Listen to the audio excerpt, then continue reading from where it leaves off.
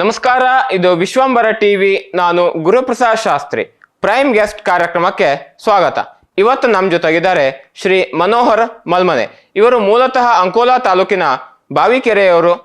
ಪ್ರತಿಷ್ಠಿತ KDCC bank ಇದರಲ್ಲಿ 28 ವರ್ಷಗಳ ಕಾಲ ಸೇವೆಯನ್ನು ಸಲ್ಲಿಸಿ ಶಾಖಾ ವ್ಯವಸ್ಥಾಪಕರಾಗಿ ಸ್ವಯಂ ನಿವೃತ್ತಿಯನ್ನ ಪಡೆದಿದ್ದಾರೆ. ಶಿರಸಿ ಕನ್ನಡ ತಾಲೂಕು ಕನ್ನಡ ಸಾಹಿತ್ಯ ಪರಿಷತ್ ಇದರ ಮಾಜಿ ಅಧ್ಯಕ್ಷರಾಗಿ, ಪ್ರತಿಷ್ಠಿತ ಶ್ರೀ ಮಾರಿಕಾಂಬಾ ದೇವಾಲಯದ ಮಾಜಿ ಉಪಾಧ್ಯಕ್ಷರಾಗಿ ಸಾಕಷ್ಟು ಸಾಮಾಜಿಕ ಸಂಘಟನೆಗಳಲ್ಲಿ ತಮ್ಮನ್ನು ಸಕ್ರಿಯವಾಗಿ ತೊಡಗಿಸಿಕೊಂಡಿದ್ದಾರೆ.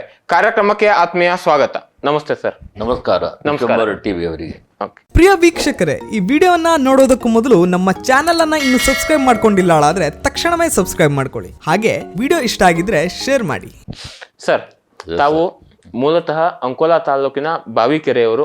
ತಮ್ಮ ತಂದೆಯವರು ಸ್ವಾತಂತ್ರ್ಯ ಹೋರಾಟಗಾರರು. ದಿವಂಗತ ಗೋವಿಂದ ಶೆಟ್ಟರ ಮಗನಾಗಿ ದಿವಂಗತ ರಾಧಾಬಾಯಿ ಮತ್ತು ದಿವಂಗತ ಗೋವಿಂದ ಶೆಟ್ಟರ್ ದಂಪತಿಗಳ 4ನೇ ಪುತ್ರರಾಗಿ ನೀವು ಜನಿಸ್ತೀರಿ. ಅಂಕೋಲಾದಲ್ಲಿ ನಿಮ್ಮ ಶಿಕ್ಷಣವನ್ನು ಪಡೆದು ಕಾರವಾರದಲ್ಲಿ BA ಮತ್ತು MA, BA ಮತ್ತು BCom ಪದವಿಯನ್ನು ಪಡೆದು ನಂತರದಲ್ಲಿ ಶಿರ್ಸಿಗೆ ಬರ್ತೀರಿ. ಶಿರ್ಸಿ ಬಂದು ಸಾಕಷ್ಟು ಕೆಲಸ ಮಾಡಿ KDC ಬ್ಯಾಂಕ್ನಲ್ಲಿ ಸಹ 28 ವರ್ಷಗಳ ಕಾಲ ಕೆಲಸವನ್ನು ಮಾಡಿ ಸ್ವಯಂ ನಿವೃತ್ತಿ ಪಡಿತೀರಿ. ಜೊತೆಗೆ ಸಾಮಾಜಿಕ ವಿಷಯ ಇರ್ಬೋದು, ಧಾರ್ಮಿಕ ಕ್ಷೇತ್ರ ಇರ್ಬೋದು, ಹೀಗೆ ಕಳೆದೊಂದು 50 ವರ್ಷಕ್ಕಿಂತ ಹೆಚ್ಚಿನ ಸಮಯ ತಾವು ಈ ಒಂದು ಕ್ಷೇತ್ರದಲ್ಲಿ ಸಕ್ರಿಯರಾಗಿದೆ. ಹಾಗಾಗಿ ತಮ್ಮ ಜೀವನದ ಒಂದು ಮಜಲುಗಳನ್ನ ನಮ್ಮ ವೀಕ್ಷಕರಿಗೆ ತಿಳಿಸ್ಕೊಡ್ಬೇಕಂತ ಕೇಳ್ಕೊತೀನಿ. ಅವಶ್ಯವಾಗಿ. ನನ್ನ ತಂದೆ ದೇಶದ ಸ್ವಾತಂತ್ರ್ಯಕ್ಕಾಗಿ ಹೋರಾಡಿದ ಸ್ವಾತಂತ್ರ್ಯ ಸಂಗ್ರಾಮದಲ್ಲಿ ಅವರು 6 ತಿಂಗಳ ಜೈಲುವಾಸವನ್ನು ಪಡೆದಿರುತ್ತಾರೆ. ಅದರ ಜೊತೆಗೆ ಅವರು ಬಾವಿಕೇರಿ ಊರಿನಲ್ಲಿ ತರುಣ ಮಿತ್ರ ಮಂಡಳಿ ನಾಟಕವನ್ನು ಕಟ್ಟಿ ಸಂಘಟನೆಯ ಮೂಲಕ ಹಾಗೂ ಪಾತ್ರಧಾರಿಗಳಾಗಿ ಪೌರಾಣಿಕ ಹಾಗೂ ಸಾಮಾಜಿಕ ನಾಟಕಗಳನ್ನು ಆಡುತ್ತಿದ್ದರು. ತಾಯಿ ರಾಧಾಬಾಯಿ ಅವಳು ಏಕನಾಥ್ ಶೆಟ್ಟಿ ಮನೆಯ ಹಿರಿಯ ಮಗಳಾಗಿ 8 ತಮ್ಮಂದಿರನ್ನು ಹೊಂದಿರುವಂಥ ದೊಡ್ಡ ಕುಟುಂಬದಿಂದ ಬಂದವಳು. ಹಾಗಾಗಿ ನನ್ನ ಹುಟ್ಟು ಹಾಗೂ ಬೆಳೆದು ಬಂದ ರೀತಿಯೇ ಒಂದು ರೋಚಕ. ನನ್ನ ಜೀವಮಾನದಲ್ಲಿ ನಾನು 1 ವರ್ಷ ಇರಬೇಕಾದ್ರೆ ನನ್ನ ತಾಯಿ ನಮಗೆ ತಿಂಡಿಗಳನ್ನು ಎಣ್ಣೆಯಲ್ಲಿ ಕರಿದು ಮಾಡುವಂಥ ಟೈಮ್ನಲ್ಲಿ ನಾನು ಬಹಳ ತುಂಟನಾಗಿರುವ ಕಾರಣ ನನ್ನ ತಾಯಿ ಮಾಡ್ತಾ ಇರಬೇಕಾದ್ರೆ ಅವಳ ಮಗ್ಗುಲಿಗೆ ಹೋಗ್ತೇನೆ. ಇಡೀ ಎಣ್ಣೆ ನನ್ನ ತಲೆ ಮೇಲೆ ಬಿದ್ದು ನನ್ನ ಭವಿಷ್ಯ ಅಂತಂದರೆ ನಾನು ಬೆಳೆದದ್ದು ಒಂದು ರೋಚಕವಾಗಿ. ನಮ್ಮ ಮಾಧವ್ ಶೆಟ್ಟಿ ಅಂತ ನಮ್ಮ ಚಿಕ್ಕಪ್ಪನ ಅಪ್ಪ ಬಂದು ಇಂಥ ಹುಡುಗ ಮುಂದಿನ ದಿನಗಳಲ್ಲಿ ಏನಾದರೂ ಒಳ್ಳೆಯ ಕೆಲಸ ಮಾಡ್ಬೋದು, ಅವನಾದ ಒಳ್ಳೆಯ ಔಷಧಿಯನ್ನು ಮಾಡಿ ಅವನು ಬದುಕಿಸ್ತೀರಿ ಎನ್ನುವ ಒಂದೇ ಒಂದು ಮಾತಿನಿಂದ ನಾನು ಯಾವುದೇ ಔಷಧ ಇಲ್ಲದೆ ಬೆಳೆದು ಬಂದೆ. ಈ ಜೀವನದಲ್ಲಿ ಇಷ್ಟೆಲ್ಲ ಸಾರ್ಥಕತೆಯನ್ನು ಕಂಡುಕೊಳ್ಳಿಕ್ಕೆ ನನಗೆ ಮಾದರಿ ಆಯಿತು. ನಾನು 1954 ಡಿಸೆಂಬರ್ 27ರಂದು ಅಂಕೋಲಾ ಬಾವಿಕೆರೆಯಲ್ಲಿ ಹುಟ್ಟಿದರೂ ಕೂಡ ನನ್ನ ಪ್ರಾಥಮಿಕ ಹಾಗೂ ಮಾಧ್ಯಮಿಕ ಎಲ್ಲ ಶಿಕ್ಷಣವೂ ಕೂಡ ಬಾವಿಕೆರೆಯಲ್ಲೇ ನಡೀತದೆ. ನಾನು ಪ್ರಾಥಮಿಕ ಹಂತದಿಂದ ಈ ಮಹನೀಯರ ರಾಧಾಕೃಷ್ಣನ್, ಮಹಾತ್ಮ ಗಾಂಧಿ, ಜವಾಹರ್ಲಾಲ್ ನೆಹರು ಹಾಗೂ ರಾಷ್ಟ್ರ ಕುರಿತು ಅನೇಕ ಭಾಷಣಗಳನ್ನು ಮಾಡ್ತಾ ಬಂದಿರೋದ್ರಿಂದ ನನ್ನಲ್ಲಿ ಒಂದು ತಾನಾಗಿಯೇ ಆ ದೇಶದ ಒಂದು ಅಭಿಮಾನ ತುಂಬಿ ಬರುತ್ತಿತ್ತು. ಹಾಗಾಗಿ ನಾನು ಹೈಸ್ಕೂಲ್ನಲ್ಲಿ ಸ್ಪೋರ್ಟ್ಸಿಗೆ ಕಾಲಿಟ್ಟೆ. ಸ್ಪೋರ್ಟ್ಸ್ನಲ್ಲಿಯೂ ಕೂಡ ನಾನು ಅಲ್ಲಿ ವಿಜೇತನಾಗಿ ಮುಂದಿನ ನನ್ನ ಕಾಲೇಜ್ ಜೀವನಗಳನ್ನು ಅಂಕೋಲಾ ಗೋಖಲೆ ಸೆಂಟನರಿ ಕಾಲೇಜಿನಲ್ಲಿ ಕಳೆದೆ. ನಾನು PUC ಬಂದಾಗಿನಿಂದ ನನ್ನ ಫ್ರೆಂಡ್ಸ್ ಬಹಳ ನನಗೆ ಒಳ್ಳೆಯ ಕಾರ್ಯಕ್ರಮಗಳನ್ನು PUC ಆವಾಗ ನಮಗೆ 1 ವರ್ಷ PUC, ಆನಂತರ ನಾನು BA ಮಾಡಬೇಕಾದ್ರೆ 3 ವರ್ಷ. PUCಯಿಂದ ನನಗೆ ನನ್ನ ಜೀವನದಲ್ಲಿ ಕಂಡುಕೊಂಡ ನೋವು ನಲಿವುಗಳಿಂದಾಗಿ ನಾನು ಆವಾಗಲೇ ಒಂದು ಈ ಕತೆ ಕವನವನ್ನು ಬರೆಯಲು ಪ್ರಾರಂಭಿಸಿರ್ತೇನೆ. ನನ್ನ ಗುರುಗಳಾದಂಥ VA ಜೋಶಿಯವರು ನನ್ನನ್ನು ಬಹಳ ಪ್ರೀತಿಯಿಂದ ಕಾಣ್ತಿದ್ದರು. ನಾನು ಏನೇ ಗೀಚಿ ಅವರಿಗೆ ಕೊಟ್ಟರು, ನಿನ್ನಲ್ಲಿ ಒಳ್ಳೆಯ ಸಾಹಿತ್ಯ ತುಂಬಿದೆ, ನೀನು ಅದನ್ನು ಬೆಳೆಸ್ಕೊಂಡು ಹೋಗುವಂತ ಹೇಳಿ ನನ್ನ ಕರೆಕ್ಷನ್ ಮಾಡಿ ನಮ್ಮ ಕಾಲೇಜಿನ ವಾಲ್ಪೇಪರ್ಗಳಲ್ಲಿ ಅದನ್ನೆಲ್ಲ ಬಿಂಬಿಸ್ತಿದ್ದರು. ಇದರಿಂದಾಗಿ ನನಗೆ ಬಹಳ ಉತ್ಸಾಹ ಆಯಿತು. ಕಾಲೇಜಿನಲ್ಲಿಯೂ ಕೂಡ ನಾನು ಅಥ್ಲೆಟಿಕ್ಸ್ನಲ್ಲಿ 2 ಬಂಗಾರದ ಪದಕವನ್ನು ಪಡೆದಿರ್ತೇನೆ. ನನ್ನ ಟೀಮ್ ಮೆಂಬರ್ ಆದಂಥ ಉದಯ್ ಪ್ರಭು ಅವರು ಒಲಿಂಪಿಕ್ ಓಟಗಾರರಾಗಿ ಮಿಂಚಿದ್ದಾರೆ. ಹಾಗಾಗಿ ನನ್ನ ಕುಟುಂಬದ 3 ಜೊತೆಗೆ ನಾನು 4ನೇವನಾಗಿ ನಾನು 4x100, 4x400 ಅಥ್ಲೆಟಿಕ್ಸ್ನಲ್ಲಿ ಬಂಗಾರದ ಪದಕವನ್ನು ಪಡೆದಿದ್ದೇನೆ. BA ಫೈನಲ್ಲಿದ್ದಾಗ ನನಗೆ VA ಜೋಶಿಯವರು ಬಹಳ ಪ್ರೇರಣೆಯಿಂದ NSS ಮಾಡಬೇಕು ಅಂತ ನಾವೆಲ್ಲ ಫ್ರೆಂಡ್ಸ್ ಕೂಡಿ ಜೋಶಿಯವರಿಗೆ ಒತ್ತಾಯ ಇದ್ದಾಗ ನಮಗೆ NSS ಮಾಡ್ತಿದ್ರು. NSSದಲ್ಲಿ ನಾನು ಉಳ್ವಿ ಕ್ಷೇತ್ರದಲ್ಲಿ 48 ಕಾಲೇಜಿನ ಕರ್ನಾಟಕ ಯೂನಿವರ್ಸಿಟಿಯ ಕಾಂಪಿಟೇಷನ್ ಇದ್ದಿತ್ತು.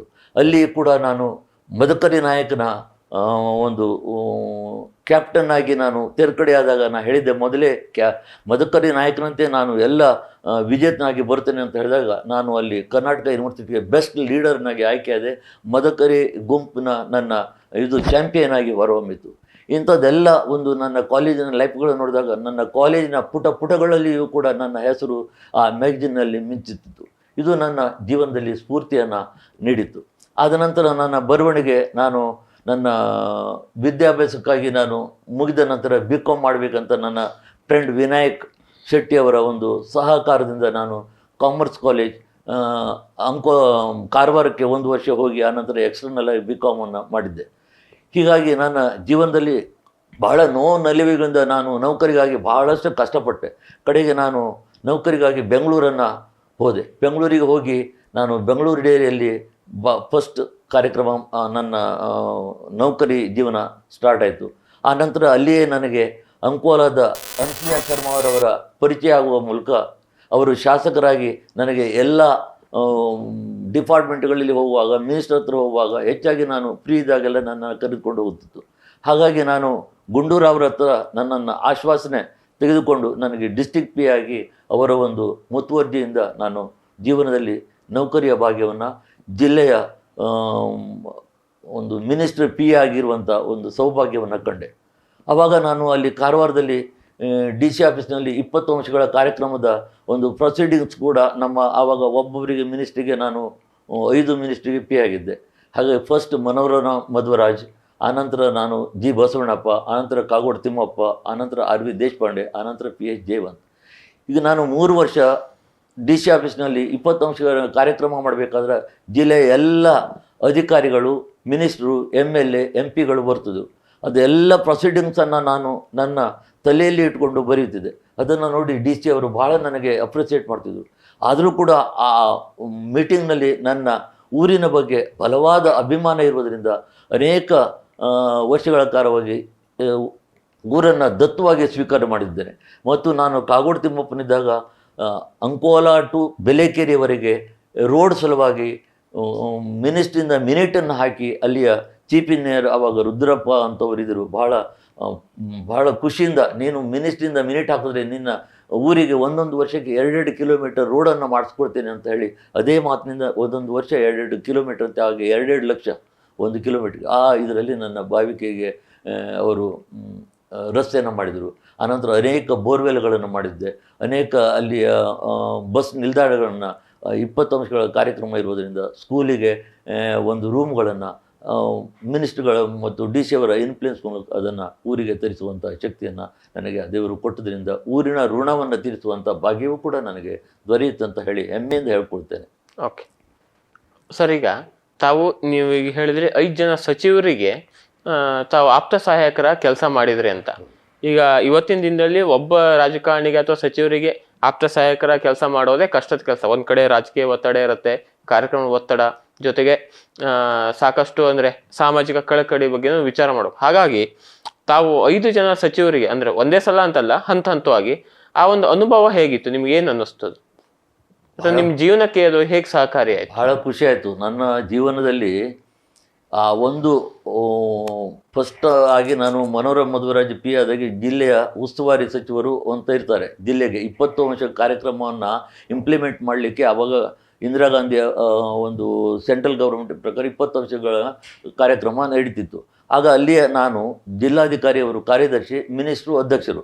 ನಾನು ಜಿಲ್ಲಾಧಿಕಾರಿಯ ಒಂದು ಕೈ ಕೆಳಗೆ ಪ್ರೊಸೀಡಿಂಗ್ಸನ್ನು ಬರೆಯುವಂಥ ನನ್ನ ಕಾರ್ಯ ಅಲ್ಲಿ ಇತ್ತು. ಆವಾಗ ಜಿಲ್ಲೆಯ ಎಲ್ಲ ಹೈಯರ್ ಆಫೀಸರ್ಸ್, DFO, ಕಮಿಷನರು ಮತ್ತು MLA, MP ಗಳೆಲ್ಲ ಬರ್ತಿದ್ರು.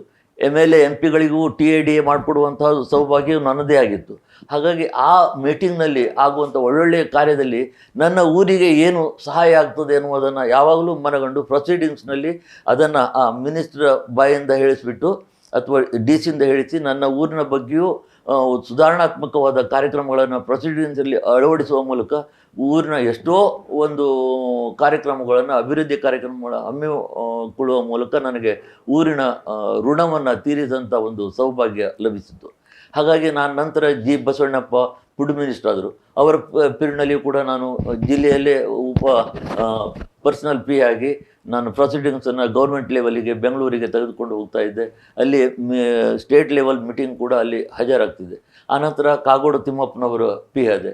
ಅವರು ಕೂಡ ನನ್ನನ್ನು ಭಾಳ ಪ್ರೀತಿಯಿಂದ ಕಾಣ್ತಿದ್ರು ಮತ್ತು ನನ್ನ ಊರಿಗೆ ರೋಡ್ಗಳನ್ನೆಲ್ಲ ಮಾಡಲಿಕ್ಕೆ ಅವರು ನನಗೆ ಭಾಳ ಸಪೋರ್ಟ್ ಮಾಡುವ ಮೂಲಕ ನಾನು ಕಾಗೋಡು ತಿಮ್ಮಪ್ಪರ ಮೂಲಕ ನಮ್ಮ ಅಂಕೋಲ ಟು ಬೆಲೇಕೆರೆವರೆಗೆ ಡಾಂಬರ್ ರಸ್ತೆಯನ್ನು ಕೂಡ ಮಾಡಿದ್ದೇನೆ ಮತ್ತು ಅನೇಕ ಒಂದು ಅಭಿವೃದ್ಧಿ ಕೆಲಸಗಳು ಮಾಡಲಿಕ್ಕೆ ನನಗೆ ಕಾರಣವಾಯಿತು. ಆನಂತರ ನಾನು ಬೆಂಗಳೂರಿಗೆ ಆರ್ ವಿ ದೇಶಪಾಂಡೆ ಅವರು ಮಿನಿಸ್ಟರ್ ಆದರು.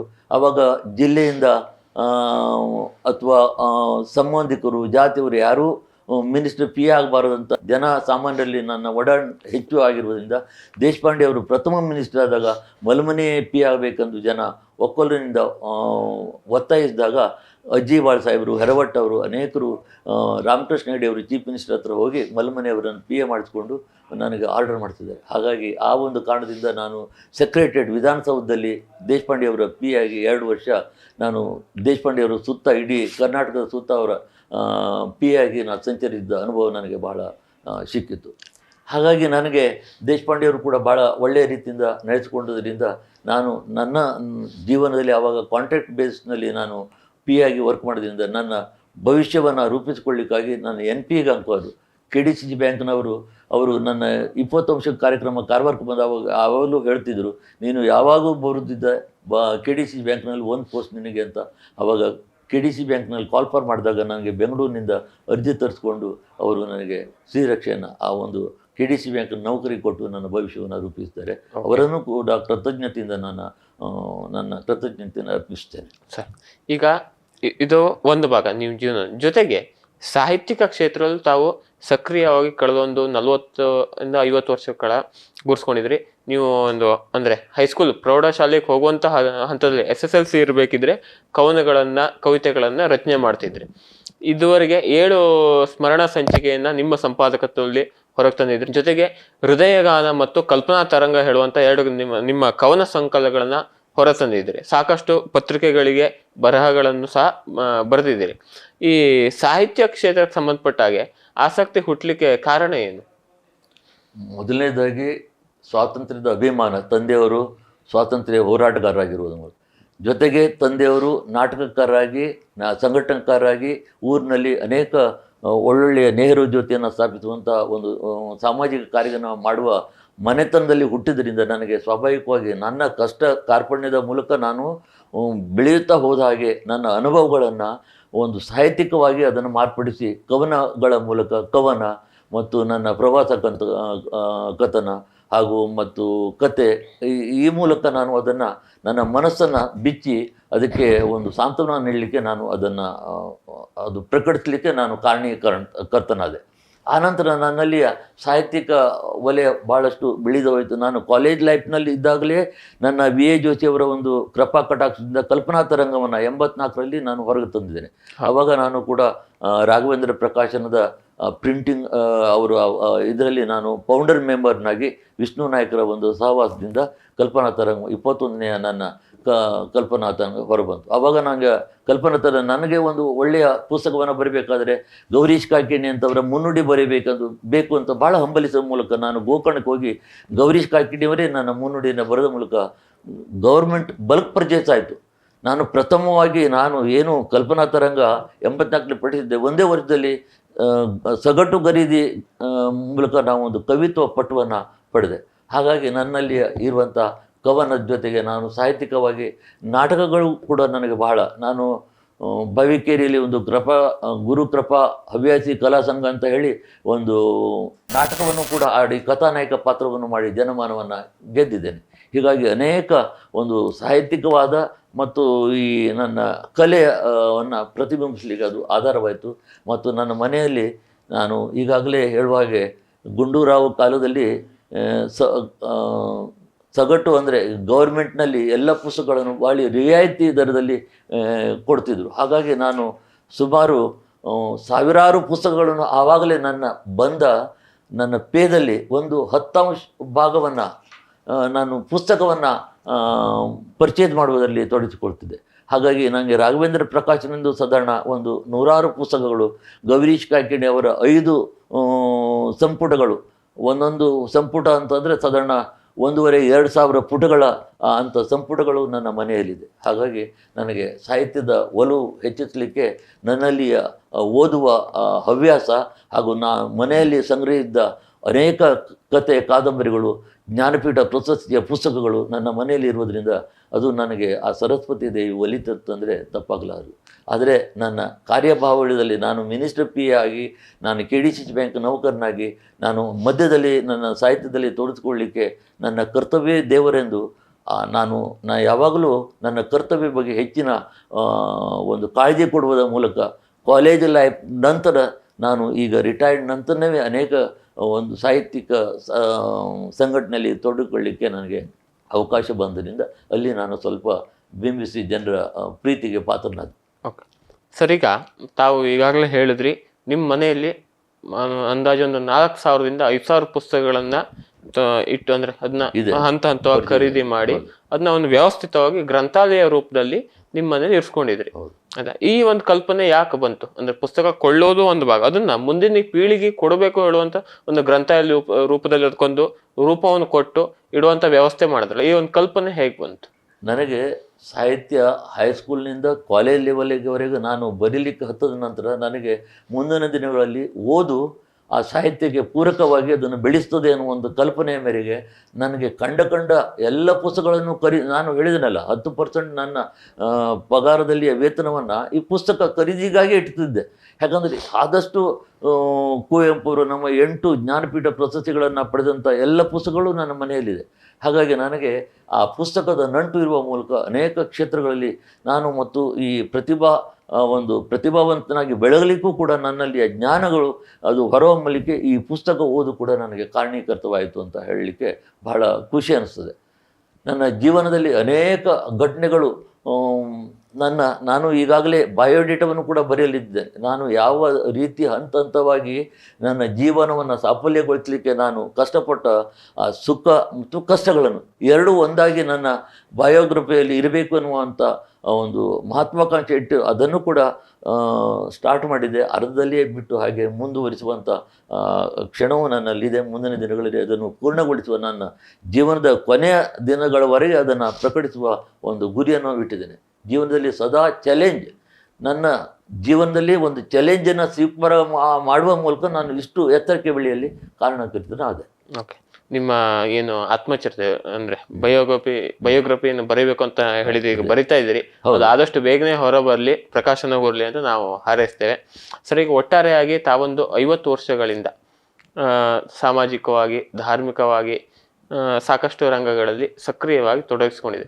ಇವತ್ತಿನ ಹೊಸ ತಲೆಮಾರಿನ ಯುವ ಸಮುದಾಯಕ್ಕೆ ನೀವು ಏನು ಹೇಳಲಿಕ್ಕೆ ಬಯಸ್ತೀರಿ? ನನಗೆ ಭಾಳ ಖುಷಿ ಅನಿಸುವುದು ಅಂತಂದರೆ ಒಂದು ಮಾತು ಹೇಳಲಿಕ್ಕೆ ಬಯಸ್ತೇನೆ. ನನ್ನ ಈ ಹಿಂದೆ ನನ್ನ ಎಲ್ಲ ಕೆಲಸಗಳಿಗೆ ಪ್ರೇರಣಾಶಕ್ತಿಯಾಗಿ ನನ್ನ ಹೆಂಡತಿ ಸುಧಾ ಹಾಗೂ ಮಗ ಸುದರ್ಶನ, ಮಗಳು ಭಾಗ್ಯಶ್ರೀ ಕೂಡ ಅವರ ಒಂದು ಸಂಘಟನಾತ್ಮಕ ಒಂದು ಒಲವು ನನ್ನ ಮೇಲೆ ಇರೋದರಿಂದ ನನಗೆ ಭಾಳ ಖುಷಿಯಾಯಿತು.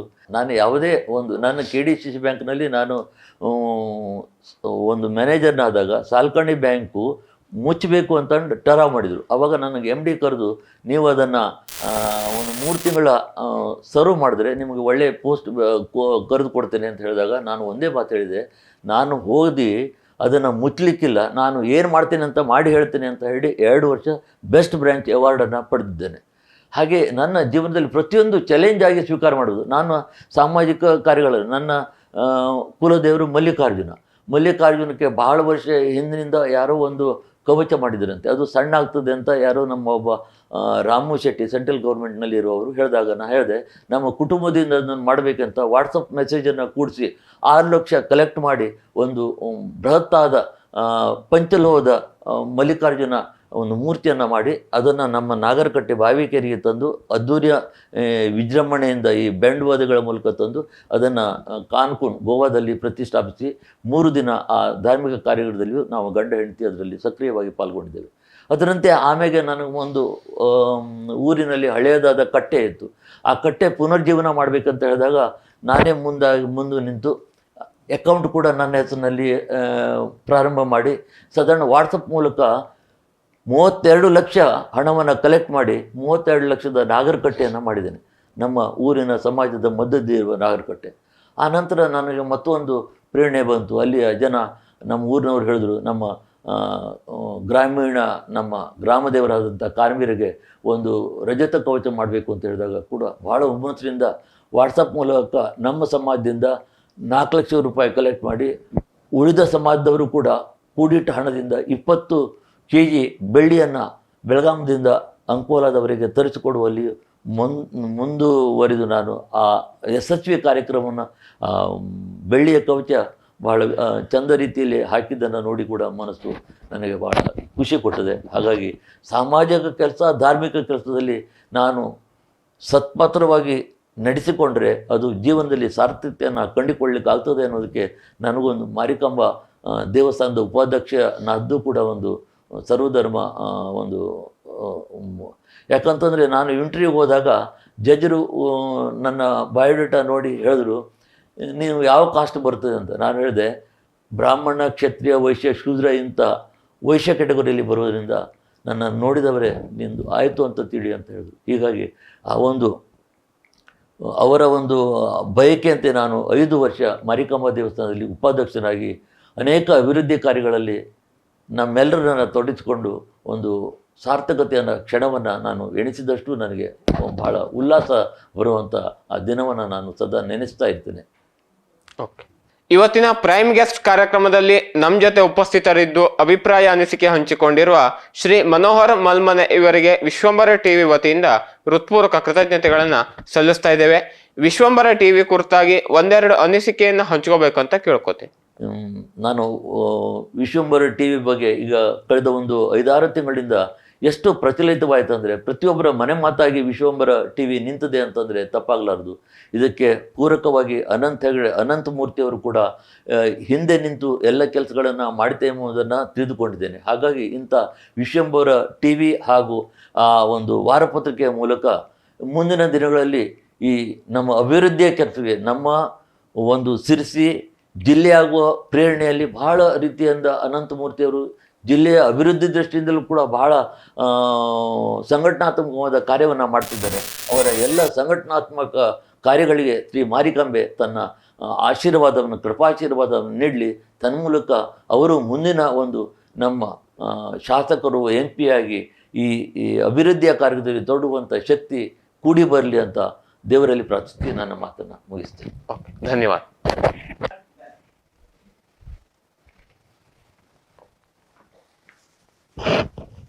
ವೀಕ್ಷಕ ಮಹಾಪ್ರಭುಗಳೇ, ನಮ್ಮ ಚಾನಲ್ ಅನ್ನು ಸಬ್ಸ್ಕ್ರೈಬ್ ಮಾಡಿ, ಶೇರ್ ಮಾಡಿ, ಪ್ರೋತ್ಸಾಹಿಸಿ.